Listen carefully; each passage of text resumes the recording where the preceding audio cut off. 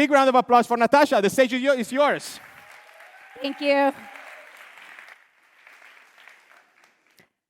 When I was 8 years old, I joined the Girl Scouts. Not because I loved camping. To be honest with you, I have an irrational fear of bugs that I've unfortunately passed down to my 6-year-old son. Not because I loved braiding girls' hairs or sewing or cooking or even making s'mores. For those of you who don't know what s'mores are, they're these delicious little cookies that are like melted marshmallows and chocolate, and you roast them on a campfire and smush them between two cookies. No, I joined because I saw an opportunity to make some money.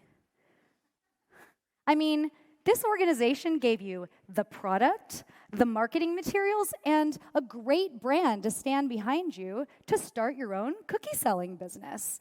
So, I mean, how could I not sign up for this?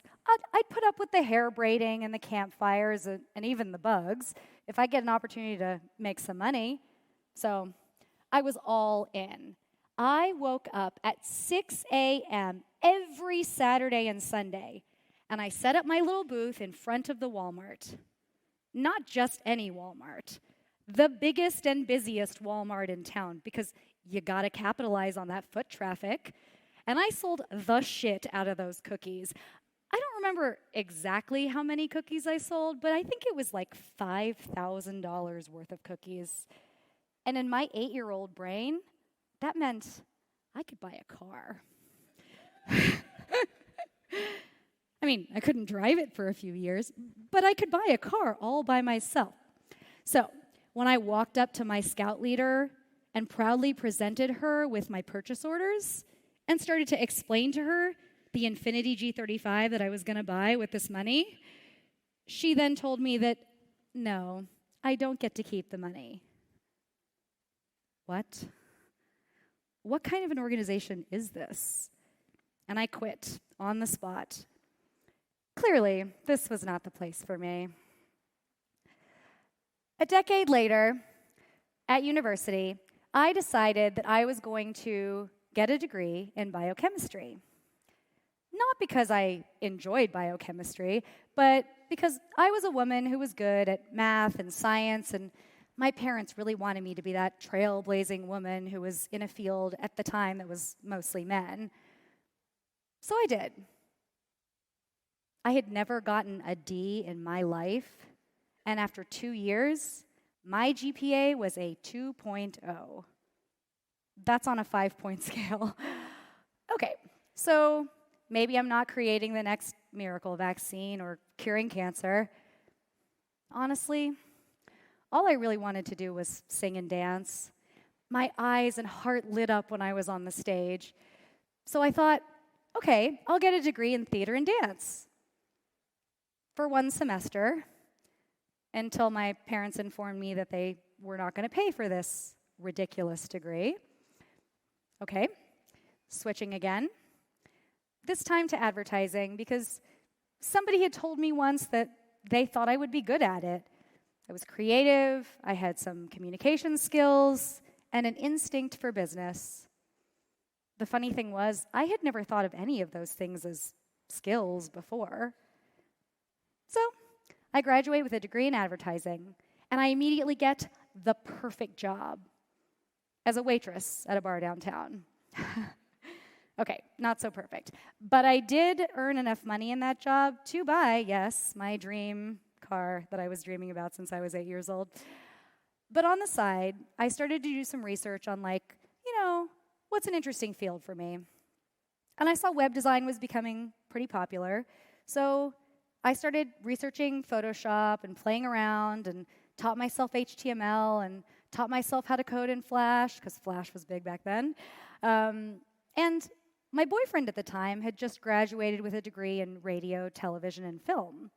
So we decided we were going to start a business together. I would make people's websites, he would make their commercials.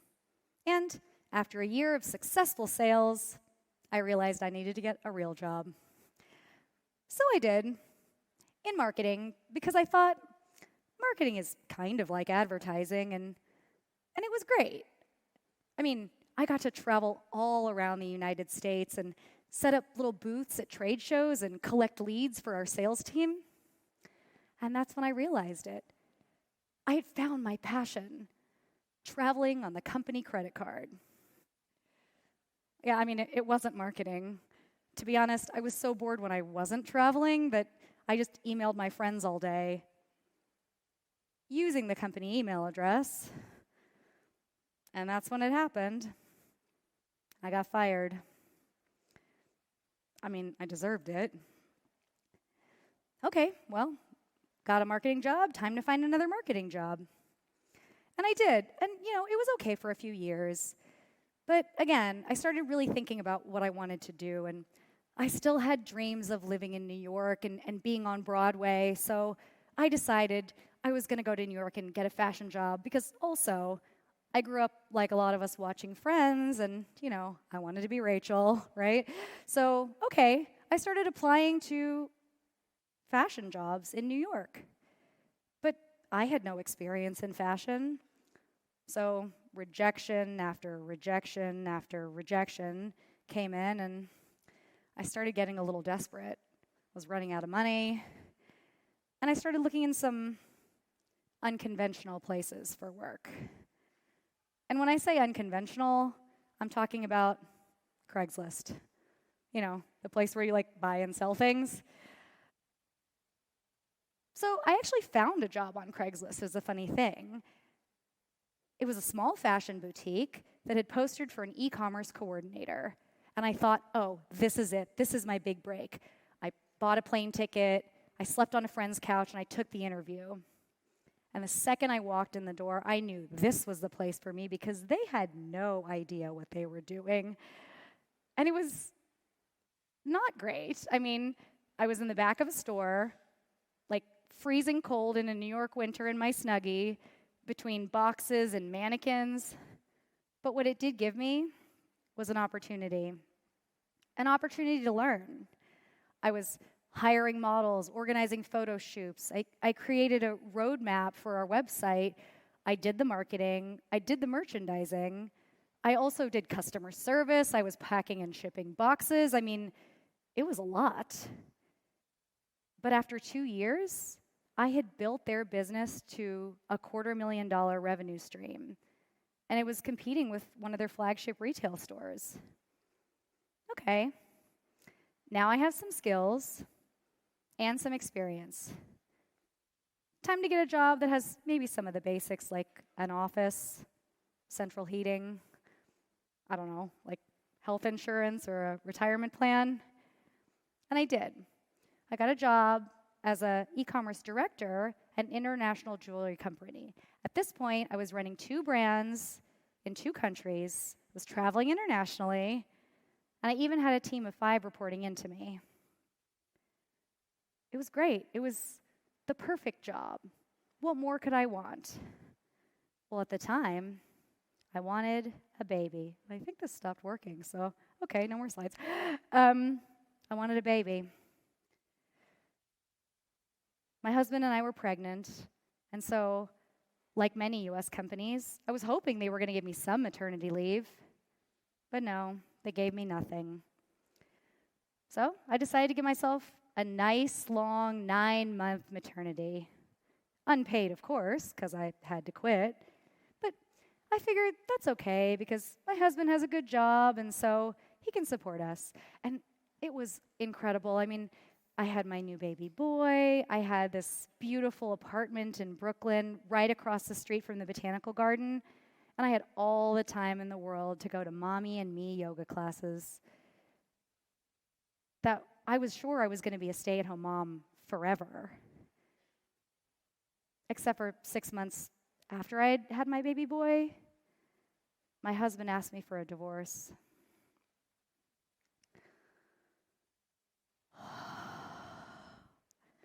Okay, what now?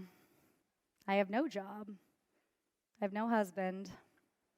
I have a 6-month-old, and I have to figure it out alone. I mean, I had to buy diapers. I had to pay rent. Time to get another e-commerce marketing job, right? But job description after job description, I just couldn't bring myself to apply to any of them. I mean, did I even like e-commerce marketing? I thought about what I'd been doing for my career, and I'd been spending a lot of time with companies really going deep, like understanding their problems and their technologies and really helping them solve them. But I wanted to go broader. I wanted to work with lots of different companies and seeing how they were approaching the same problem from different angles. I wanted to go from client side to vendor side. So I had done one thing right. I had networked with purpose. When I went to conferences during that time, instead of talking to people about what I used to do or what my experience was in, I talked to them about what I wanted to do. And one of those people was the founder of Hero. And I have to pause and credit my mom here, because when I was in no place to make any decisions, she was the one who reminded me to reach out to him. And I did. But when I talked to him, I said, I love the idea of your company. I think I'd be a great asset there, but I do not want to do marketing. Okay, he said. What do you want to do? And I had thought about it. I really liked organizing things. I liked creating structure out of chaos. I liked problem solving. I told him, I want to do operations. And he hired me as the VP of Customer Operations. And then the first day on the job, he sat me down and he said, what are your career aspirations at this company? What do you want to do here? And I told him, I want to be the COO. Now, I had no idea what that meant, but I had just read Lean In by Sheryl Sandberg, and I was like, okay, if she can do it, so can I. And I was willing to put in the time and effort. We grew from 38 people to 120 in 3 years. And I grew from the VP of Customer Operations to the COO. But it wasn't that smooth. About halfway through that journey, they had actually hired another COO. But in my now new mature wisdom, instead of throwing my cookies out the window like I did when I was 8 years old, I decided to stay and work hard and prove myself. And then when I did actually get the job of COO, I know I had earned it. So why am I telling you all of this today? So you can hear about my story and my journey and think, I don't have her life or her opportunities? No. I'm telling you because I want to give you the tools to create and shape your own career with purposeful intent. I didn't have any idea where my journey was taking me. I didn't know what I wanted to do. I didn't have a 5 or a 10-year plan. But what I did have was every time I took the next step, I did it with intention. I thought about what I really wanted in that moment, even if I didn't know what this next step was going to be. And that's actually why I'm on this stage today, is because I thought about what I want the next step to be, and it's to actually help people shape their careers. Maybe this is your first job. Maybe it's your second or third. Maybe you have a clear idea of what you want, and maybe you don't. Maybe it's your first time managing people. The things I'm going to share with you today are things that I still use every time I make a decision, but they're tools you can use throughout your career. So the first thing I want everybody here to think about is, what are you excited about? Forget your title, forget your experience. If I asked you one question, what would you answer? I just want to do all day long. I just want to talk to people all day. I just want to Slack people all day. I just want to open up Figma and fiddle around or analyze data and figure out the cool insights. Maybe you just want to pet dogs all day. That's fine. Like, whatever it is that you love, write it down and think, if I did this all day long, would I feel happy and fulfilled in my career? And if the answer is yes, then open up Google, open up ChatGPT, and write jobs where I get to do blank all day long. And write down those job titles and look on LinkedIn. Look at Klarna. There are tons of people here who've had amazing careers before they joined. And talk to them about those jobs. Figure out what the day-to-day looks like. Because part of discovering what you're excited about is also discovering what you're not excited about. There are a lot of jobs that look great on paper, but when you get into the day-to-day, you realize you don't actually want to do that job. And if you do find a couple that sound kind of interesting, then you're ready to look at the requirements for that job. Look at the skills you need. You may not have any of them. That's okay. Because the next thing you need to start thinking about is your personal brand. Now, if you're like me, you hear words like personal brand and you kind of roll your eyes and throw up a little bit in your mouth, because what does that even mean? I'm not talking about a logo or a color scheme or talking in platitudes and cliches. I'm talking about when you meet somebody new, what are the things that you want them to think of you? Do you want them to think you're articulate or creative? Do you want them to know you're passionate about sustainability? Whatever those things are, think about what you want people to think of you in the future. And they might not think of those things of you today. In fact, I want everybody here to close your eyes and think about the 3 words that people might think of you today. I bet a lot of people in this room are nice, are helpful, are enthusiastic. Actually, everybody I've met at Klarna has those characteristics. But now think about the characteristics you want people to think of you. Do you want them to think you're a leader? You're a strategic thinker? You're a problem solver? Great. That's how you network with intent. I've been to a lot of conferences where I've met hundreds of people that I never talked to again because I didn't go in with any intention. But when you realize what you want to do and the skills you want to have, now it's time to do your homework. Start reading articles, start reading books, start listening to podcasts and reading newsletters and joining groups about that. Because when you're passionate and knowledgeable about something, it shows through. And all of a sudden, instead of talking about the experience you had in the past, you can start talking about what you want to do in the future. And if you talk passionately about it, and if you're knowledgeable about it, then when people think of you, those words are the words that are going to come to mind. Lastly, who is holding you accountable? Now, a lot of people think that the most successful people, and this may be true, wake up at 6 a.m., they go to the gym, they eat their vegetables, they write down all their goals, and they hold themselves accountable every single day. I don't know about you, but I'm certainly not like that. So I want to talk about Klarna for a second here, because this is an amazing place where you can get swept up. I mean, there are tons of things going on, and people, create work streams, and you get involved in this, and I've talked to people who've been here for 5 years, and although they've done incredible work, they can't really figure out how to put it on a piece of paper and make any sense of it. And that can feel fun and exciting in the moment, but it can also be disempowering when you're trying to think about that next step. I want you to take advantage of this culture and create that next step with intent. So that means you gotta give yourself some goals. And it's really, really easy to make a kind of goal, like one that you say in your brain and you don't tell anybody about, and then you let yourself off the hook because you didn't actually do anything about it. The way to really hold yourself accountable is when you make a goal, tell people about it. Outsource that accountability. Tell your mom, your sister, your best friend, the girl at the coffee shop. Post it on social media, because all of a sudden, people are going to start to ask you about your goals. They're going to say, hey, I remember you said you were going to do that. How's that going? I read this article that I thought you'd be really interested in. Hey, your goal inspired me to set my own goal. And those reminders, those moments of support, they're going to snowball, and they're going to make you feel excited and hold you accountable to your own goals. And all of a sudden, you have the support you need to achieve that next step. So, that was a lot. I'm going to break it down in 3 steps, right?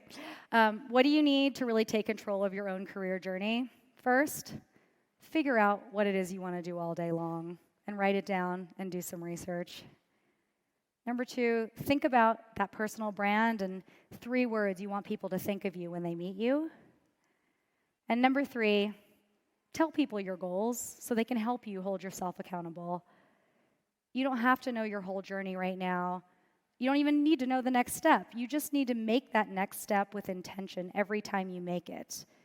And you're at the perfect place to do it. Thank you. Wow. Oh, I think I have a... Oh. Wow.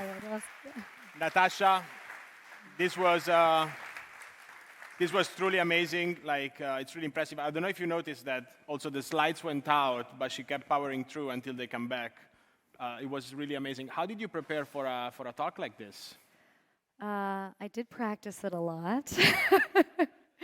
In front of the mirror a little bit, which was good, and I did record myself doing it. So I didn't do too many air quotes, because that was my problem the first couple times I did it. So I tried to remove the air quotes, yeah. Hey, any tips for people that might want to try one day to do similar talks?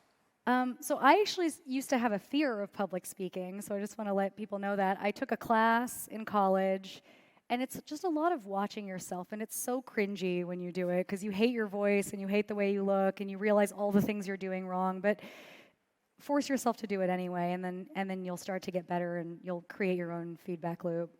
Fantastic. Another round of applause for Natasha. Thank you so much, Natasha.